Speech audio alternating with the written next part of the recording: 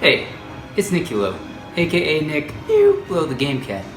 And to my left, your right, it's Ellie, the zombie hunting game pup.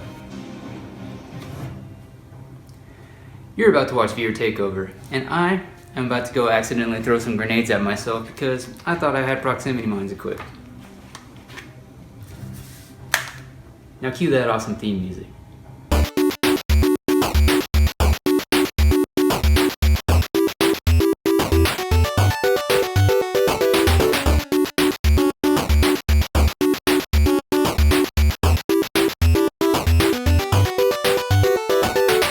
This is PSVR Gamescast Live, where we film live every Tuesday afternoon at midnight and bring it to YouTube every Tuesday at noon. Live as PSVR Gamescast Live, and every Wednesday, every today, is Viewer Takeover, when we let you, the loyal Game Cats, we let you take over the show. As always, my name is Brian Paul, and to my right, your left, something witty this way comes, it's Desra. Hi! Something anti-witty. I just said like 2,000 words in the last 5 seconds. I know. Hi. And that's why I feel bad when everyone's like, oh, you guys do so much hard work. It's like, no, I don't. He does. I say hi. Don't let him fool you, kids. He's the hardest working man on the face of the planet. James Brown, man. Okay, maybe this is. Hold your tongue. Yeah. So every week on Viewer Takeover, we pass the baton to you guys. We say, hey, what up, Game Kitties? What do you want to talk about? What do you want to do? But first, we like to thank a few people. Yes. First, we want to thank Nick Mulo, the Game Cat. And Ellie, the zombie hunting game dog. Probably more importantly. Yeah, I don't think Ellie gave her permission to be on said video. I think it was understood. Okay. Yeah. That's good. So thank you, Nick, so much for that awesome introduction. I hope you didn't blow yourself up in Firewall. Been there. Oh, so many times. My whole team. No, don't bounce, don't bounce! Oh! If you want to introduce next week's Viewer Takeover, make sure you send us your short, sweet, sexy, seductive, legal? I don't know. Legal, yeah. Legal would be good. Yep. I mean, illegal we'll enjoy, but legal we can't broadcast. You'll enjoy. I don't enjoy things that aren't super straight-laced. Right. So without parole at gmail.com. If it's too big to fit in our inbox and you did something wrong, keep it short. Keep it simple. Keep it sexy. And that doesn't mean 10 minutes encoded down to like 100. You know? Oh, that's fine. I'll take that too. Okay. It's like cell phone image from like 1991. All right, you guys. But Nick Mulo, the Game Cat, isn't the only person we want to thank today. We also want to thank these people. Yay. Those people down there. Ooh, especially that one. Oh, there he goes. Or am I going the wrong way? I honestly, always forget. I don't know. Hold on a second. I think... no idea. These everybody. right here are our loyal Patreon supporters. They're the ones that went to patreon.com/withoutparole games. Oh, God that's right. damn it. Jeremy's not here. Nothing's going to go right. Nothing's going to go right at all. And we're going to talk suspiciously about far less 80s movies than usual. These are the people that went to patreon.com/withoutparole games and are giving us $1 or more every month.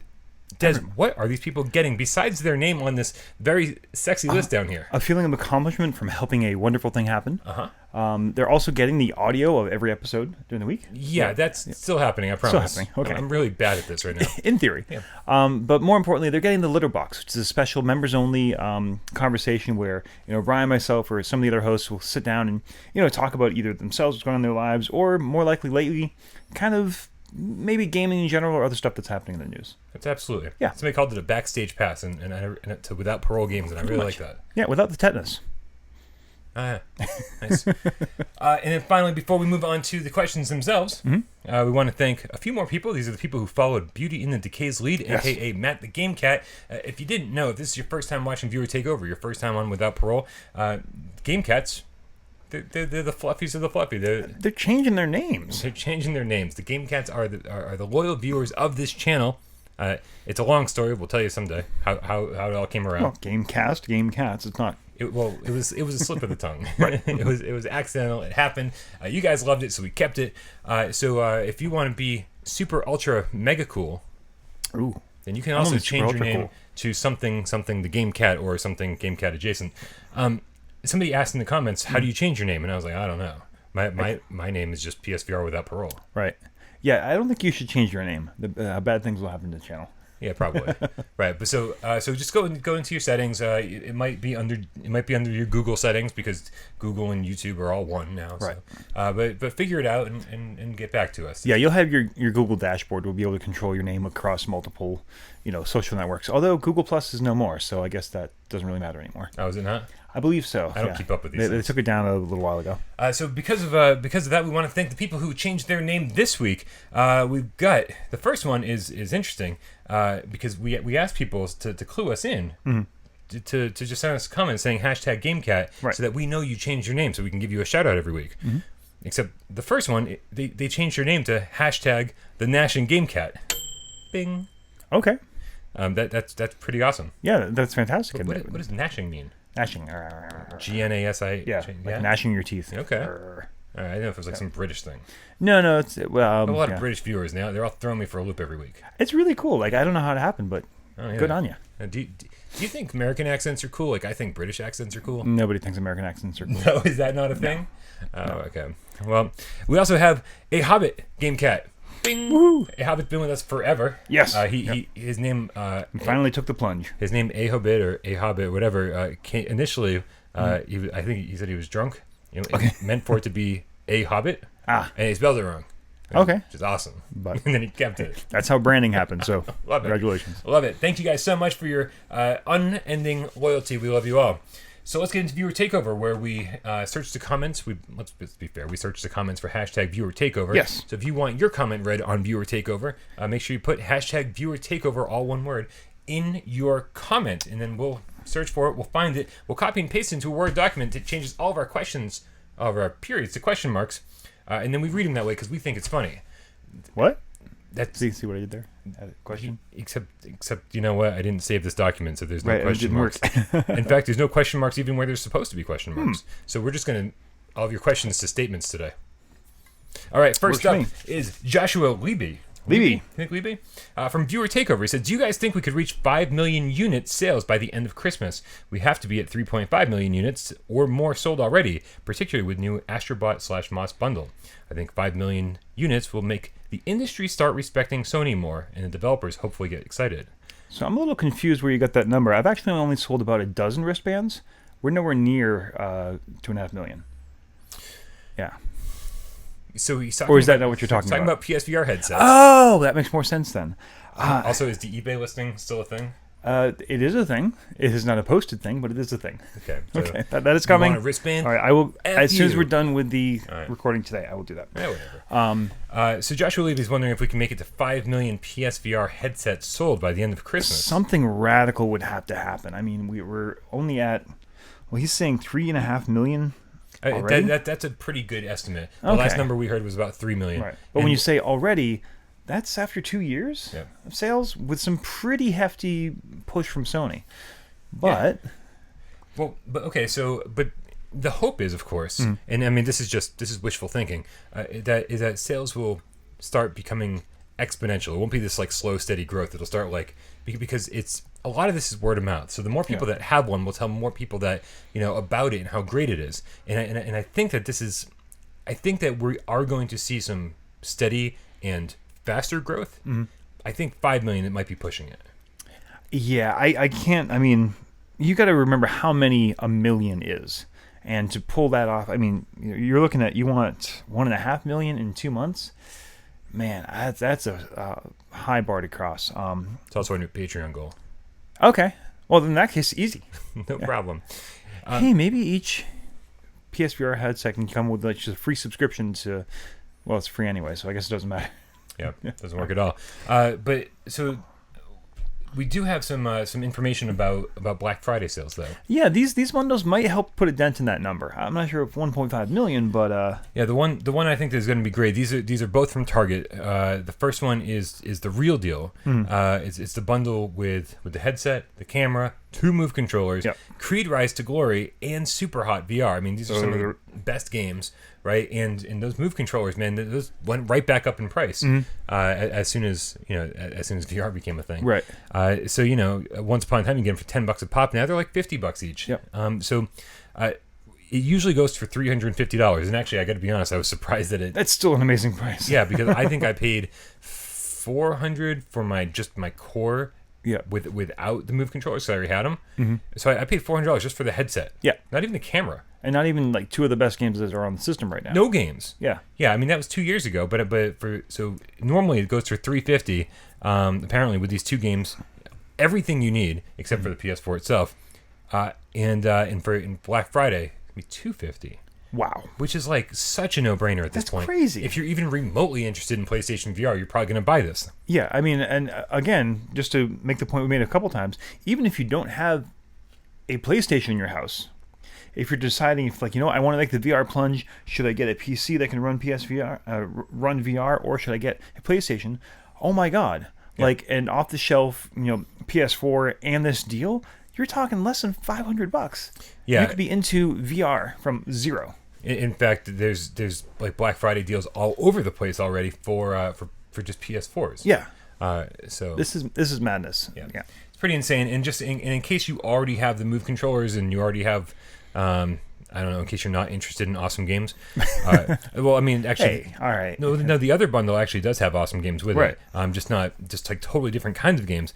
The other bundle comes with Astrobot Rescue Mission, which is, I mean, incredible. Yeah. And then in Moss, which is also incredible. Amazing. Yeah. Right. This must be the 3D character platformer bundle. Well, here's the weird thing. Like this, why to me, why this does says, come with marbles? To me, this says Rise to Glory and Super Hot. This is your gamer. This is your active person we're playing to. Yeah. Astrobot and Moss tells me this we're aiming at kids. Oh, but we can't aim at kids. No, I think this aims at the people who just want to sit back on their couch and play a game. Yeah, but there's other options like that. I mean, Astrobot, you can't have a more like Mario-like, activity, and Quill is just absolutely adorable. But when you're talking, I get what you're saying. Yeah. But I think more accurately, this is going for universal appeal. Might be, okay. Maybe kids of like the 13, 14, 15-year-old variety, Yeah, but they're too cool. Way too cool. That's the problem. Yeah. They don't answer my phone calls. And on that note, that's really strange. That sounded Jeppy can dial. In my head, that sounded way less weird than it came out as. Everything does. No, it sounded okay. Yeah. Okay. Yeah, you're up, Asia. So Jeppy can dial, which is how I'm pronouncing it from now on. Jeppy Condile. From viewer takeover, it's a thing. Don't know if this was asked already. Do you think VR could be a good mode of therapy? E.g., me play horror VR games to learn how to deal with fear of scary things, or someone tackling the fear of heights. Thanks for all the great work. Short answer, yes, and it's already happening. Not just PSVR specifically, but VR in general. There's a type of therapy called cognitive. Oh, that was me. Do I owe anyone push-ups or something? I'm sorry. I'm going to shut that off now. Okay, I'm a professional. Wait. Time out. Do you owe anyone push-ups? I don't know. Do, like, people have a thing when their phones go off? Nope, not here. Okay. No, we're not professional. Oh, cool. All right. So yes, there's a thing called cognitive behavioral therapy, where basically, like, you use basically making people aware of the situation. Like, a classic one is you have like an elastic around your wrist, and every time you have like a negative self-thought, you get a little snap. Or every time you want a cigarette. It's not a big pain, it's just enough for your brain to go, oh, I didn't like that very much. I want to hire a big dude to come around and smack me every time. Well, or that. But on a more positive note, yeah, this is absolutely being used to have people face their fears in a safe environment. There's actually a lot of work being done in PTSD and exposing people to situations with VR. So it's a huge thing. And actually, I don't know, 3 or 4 months ago, I posted a link on my Twitter account to a hospital that is using VR for kids in their hospital. Basically, like, they go to, the kid needs his blood drawn. Well, actually, put the VR headset on, and pretty much they're off in game land and totally wrapped up into that. And the really invasive sort of stuff that you have to do if you're in the awful situation of being a kid in the hospital gets a lot better. So yes. Okay, so there's that, but then there's also, I think, what Jeppy Condile was actually going for initially. Yep. Or more transparently, I don't know, like exposure therapy. Right. Which is basically, it's like, hey, I'm scared of heights. I'm going to play Windlands for the next 5 hours straight. Oh yeah, and that's I guess I should have been more clear. That is what CBT, cognitive behavioral therapy, is. Oh, sorry. Yeah. So exposure therapy is like one modality within cognitive behavioral therapy. Right on. Yeah. I gotta say, I'm a big baby when it comes to everything. I'm scared of heights. I'm scared of scary things. I'm scared of things that aren't scary.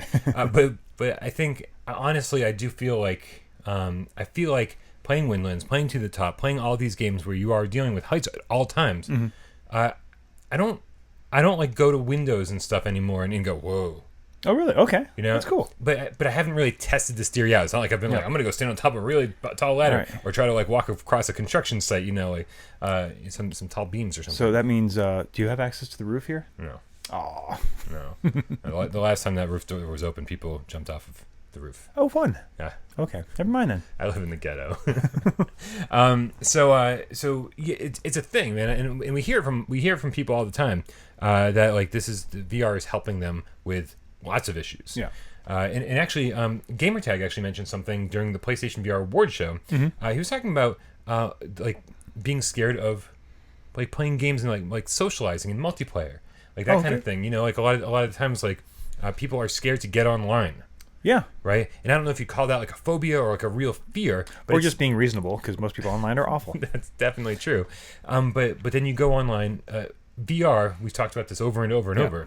VR makes it so much more accessible to go online, and it makes it feel more real. Like there's actually a person next to you. Right. And so I think because of that, we treat each other a little nicer, and it makes the whole experience better. Yeah, no, I think it's definitely twofold. It's just your audience in general that has VR. It's just, making a generalization here, seems to be a little more mature anyways.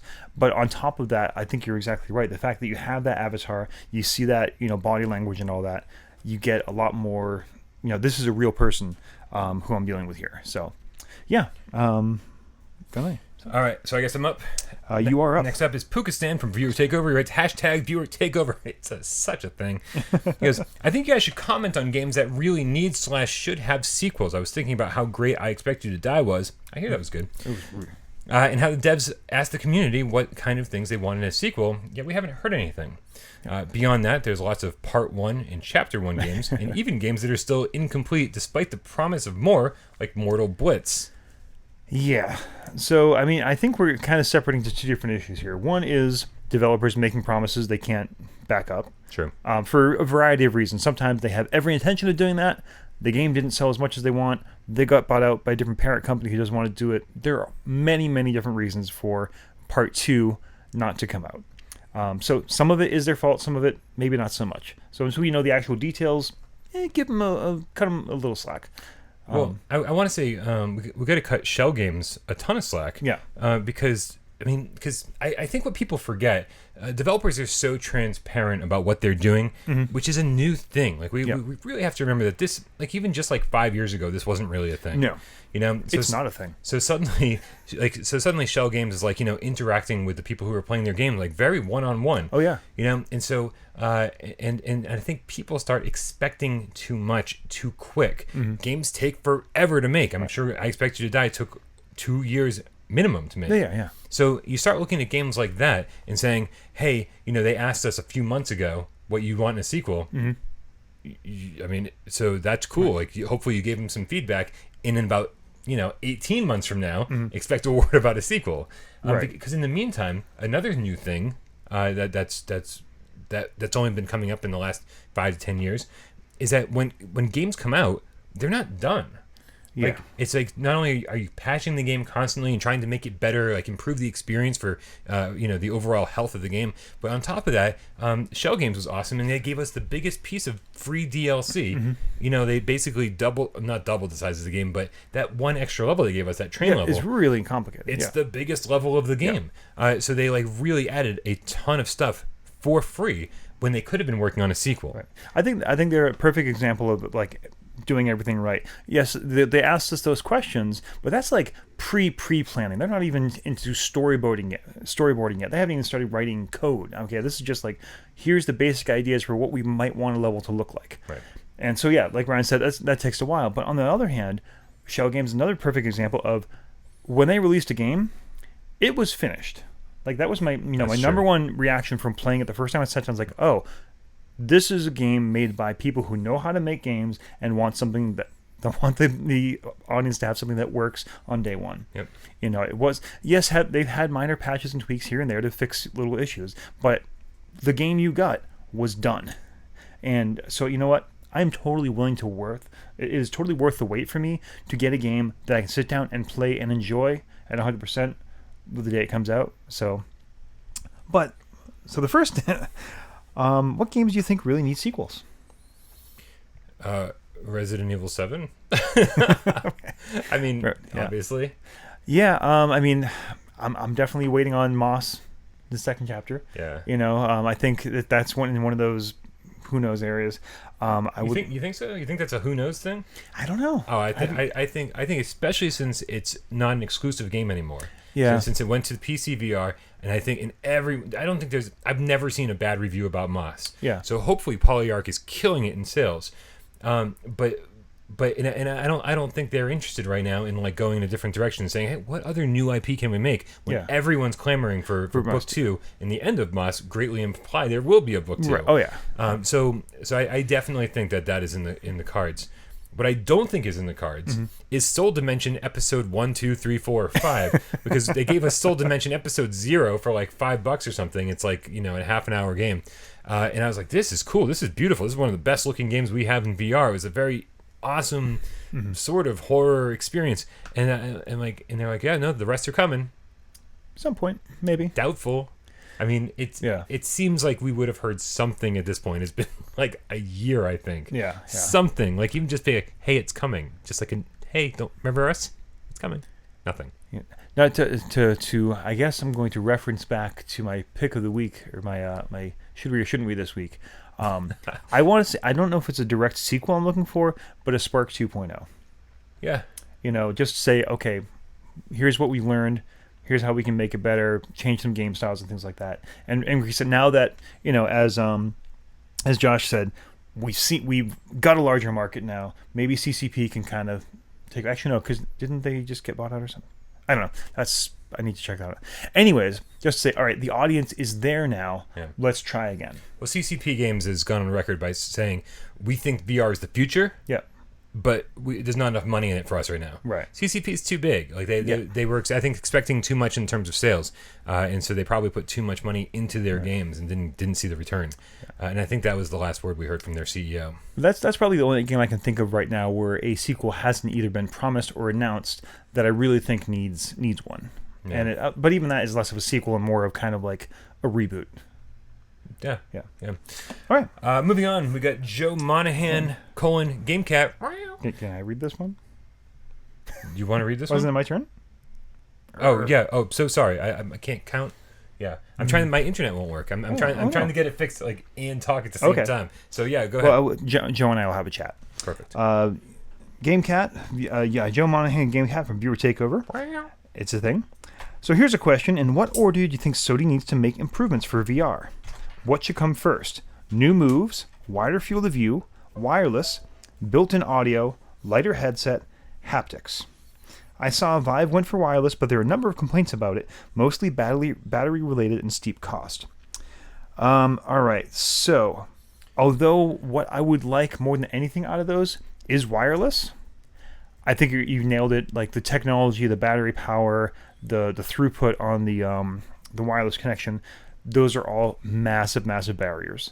I mean, because, if you don't have a battery powerful enough to run this thing for 3 or 4 hours at a time, you're going to play for 45 minutes, take it off and put it down and charge it and then pick it up again? Or you're going to have a battery pack that's going to weigh 3 or 4 pounds strapped to what is already a pretty bulky headset. So I guess even though my gut wants that to be first, I'm going to put that on the bottom as far as what we should expect. So this is always a question that gets brought up, and no offense to Joe, we fucking love Joe. Yeah. But does it sound strange that, like, you know, I'm so entrenched in the PlayStation VR ecosystem that I play every PlayStation VR game that comes out, that I wear the headset more than I don't? That does sound strange. But the strange part is that I don't have any issues with it.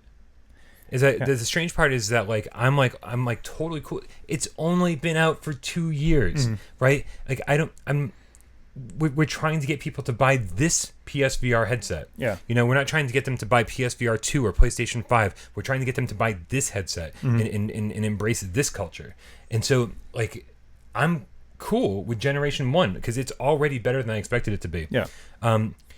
Like, what do I want for next gen? I mean, a little wider field of view. I think that's probably my number one also out of that list. And move controllers. with analog sticks. Like, and actually there were patents that came out today or yesterday or the day before, depending on when you're watching this. And that show that Sony is definitely making some new Move controllers, probably for next generation. And at this point, I'm cool with that. Like I was the guy. I made a change.org petition trying to get Sony to like make new Move controllers with analog sticks in them. At this point, we're 2 years in. Man, let's stick with what we got. Let's enjoy the next 2 years. Let's take what we've got and embrace it. And then man, when PSVR 2 and PS5 roll around, holy crap, man, that is going to be one huge technological leap. Yeah. Like, I mean, I think it's going to be PS5. You know, they're making PS5 with VR integration, dual 8K monitors, right? I mean, I don't think it's going to be that big of a leap, but I think it's going to be like to the point where like everyone's going to go, "Yep, this is cool now." No one's going to go, "Oh, it's kind of blurry." Yeah, I think everyone's going to go, "Oh no, this is cool." You know, so we're all at the forefront of this. I think we should enjoy what we have. I don't think wireless is going to be a thing anytime soon. Yeah. I just think that if you want to embrace the power of the console itself, then you need that wire. And I think it's just going to be less bulky of a wire. It'll be fine. So I'd say the wireless is my personal number one, but I think it's the least likely to happen, just for the reason we talked about. So one last question. I'm up Asia. This is from Dave Ashby, also from Viewer Takeover. # Viewer Takeover. We all know Dez is scared of nothing in VR. I love when things get personal. I know. But do things in real life scare him? Yes. And we'll see you next week. No, I definitely, like, I am not, completely soulless. I do get scared of stuff. Actually, when I was little, I had a phobia of thorns. I wouldn't go, near raspberry bushes or anything. I would freak out. And then, I don't know, when I was 8 or 9, even, you could be in a lake or a pool where, just has the shallowest sort of grade like this. If there was a line saying, this is the safe place to swim, I would flip out. There's actually, I remember distinctly with my family once, being in a floaty in a pool, in a lake, where there wasn't, the lake didn't actually get deeper. They just had roped off, this is the area you can swim in. And my brother started dragging me past that line. And even though I could have, if I got out, I would have stood up and been totally fine. I was freaking out, screaming, thrashing, calling for my parents. So I do have irrational fears. I mean, I've gotten over those things, but now my fears are a little more realistic. I've got kids now, so that makes you terrified of everything. Strangely, I'm just terrified of having kids. Yeah, well, that too. Yeah. My fears, I think, are a little more reasonable now, but I don't really think I have any crazy paranoia or anything like that. So pretty boring, but yes, I do get scared in real life. All right. But not haunted houses. Jesus. All right, that pretty much does it for another episode of Viewer Takeover. Obviously you guys know we record this right before PSVR Gamescast Live, so we got to get this whole set changed so around. Get in the chat to stream. Yeah, that doesn't work. Timelines and stuff. So thank you guys so much. It's awesome hanging out with you guys. Remember, send your Viewer Takeover introduction to withoutparole@gmail.com. Also, change your name to GameCat, and make sure if you do that, put somewhere in the comments #GameCat, because man, it's harder and harder to figure out who's done it and who's gotten a shout out and who hasn't. Make things easy for us. We're lazy. And also throw us $1 a month on Patreon. I kid you not. I couldn't be more enthusiastic and more loving and caring, and I just want to hug you when you give me $1. We'll do better. I listened to Dan Carlin Hardcore History podcast, and he ends every episode with $1 a show. It's all we ask. We don't even ask that. Not even close to that. We give you 50 shows for $1. Right, I know. Holy crap. Of course, fair enough. His shows only come out once every 6 months, so yeah. Anyways, bye. Have an awesome week. Awesome games this week. So I'm sure I'll see you on a ton of live streams. We love you all. Bye-bye.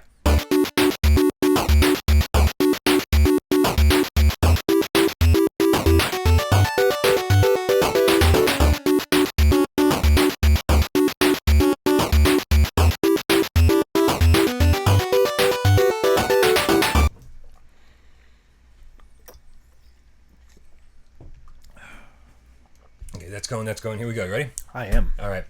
What's up, everybody? No, fuck me. On camera? No. I don't know if we want to keep our viewers. This is the Midnight Gamescast. Fuck, wrong show. Here you go. This is PSVR Gamescast Live, where we record live every Tuesday afternoon at midnight and bring it to YouTube live as PSVR Gamescast Live every Tuesday, and every today is viewer takeover, when we let you, the loyal game cats, that's not right. Every today, every Wednesday, every today. Let's try it one more time. Okay.